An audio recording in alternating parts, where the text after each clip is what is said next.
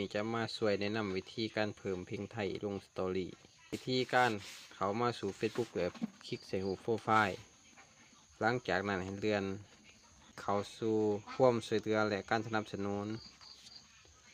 หลังจากนั้นให้คลิกรายงานปัญหา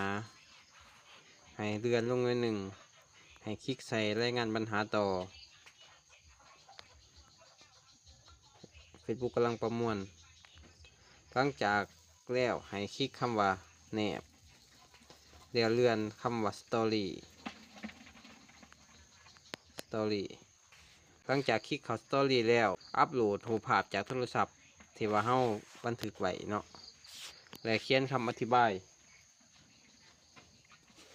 ให้เขียนว่าหลังจากเขียนแล้วให้คลิกส่งเลย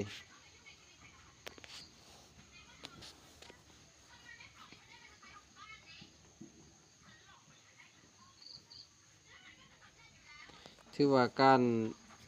เพิ่มเพลงไทยกับสิ้นสุดนะฮะจะรอถาประมาณ3-7 วันก็สามารถมีเพลงไทยเขาในสตอรี่เลย